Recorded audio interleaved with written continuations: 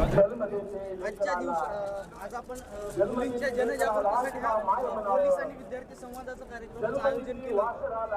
तर या कार्यक्रमाचा मुख्य उद्देश काय होता नेमकं? आपण लातूर जिल्ह्यामध्ये 1 ऑगस्ट ते 30 सप्टेंबर या 2 महिन्यामध्ये लातूर जिल्ह्यातील सर्व शाळा, महाविद्यालय आणि क्लासेस यामध्ये शिक्षण घेणारे जे विद्यार्थी आहेत यांच्यासोबत संवादाचा एक पोलीस विद्यार्थी संवाद उपक्रम आयोजित केलेला आहे. या उपक्रमाअंतर्गत जे संवेदनशील वय आहे 13 ते 19 टीन एज ज्याला आपण म्हणतो, तर या टीन एजमध्ये विद्यार्थ्यांची जडणघडण होत असते. त्याचबरोबर याच वयामध्ये जर चुकीच्या कुठल्या सवयी किंवा चुकीच्या कुठल्या गोष्टीचा अतिरेक झाला तर त्यांचं जे काही नुकसान होतं तर त्याच्यापासून त्यांना परावृत्त करणं आणि एक भारतासाठी सुसंस्कृत, सुजाण आणि सक्षम नागरिक बनवण्याचा हा जो काही कालावधी आहे, या कालावधीमध्ये त्यांना योग्य ते मार्गदर्शन करणं आवश्यक आहे.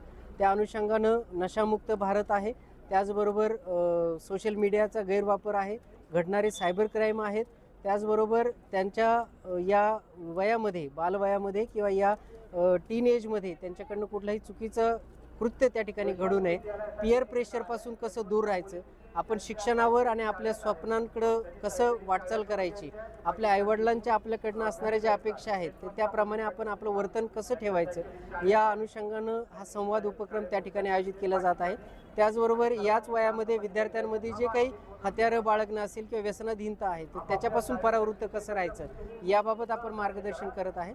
आणि त्यासोबतच पोलिसांच्या मदतीसाठी सदैव पोलीस त्यांच्या मदतीला उपलब्ध आहेत.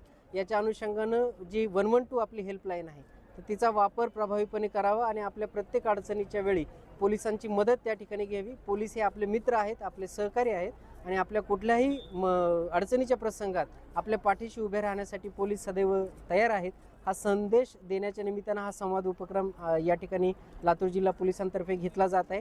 याच उपक्रमाअंतर्गत आज अहमदपूर शहरामध्ये प्रसिद्ध व्याख्याते वसंतजी हंकारे यांचं प्रबोधनात्मक व्याख्यान या ठिकाणी आयोजित करण्यात आलं होतं. ज्या व्याख्यानामार्फत या सर्व विद्यार्थींना आपला आई-बाप आणि आपले आईबाप आपल्यासाठी ज्या काही कष्ट घेत असतात आणि त्या कष्टाच्या बदल्यात त्यांच्या आपल्याकडनं काय अपेक्षा आहेत आणि त्या अनुषंगानं आपण आपलं वर्तन कसं ठेवलं पाहिजे या अनुषंगानं आज या व्याख्यात्यांनी या ठिकाणी मार्गदर्शन केलेलं आहे.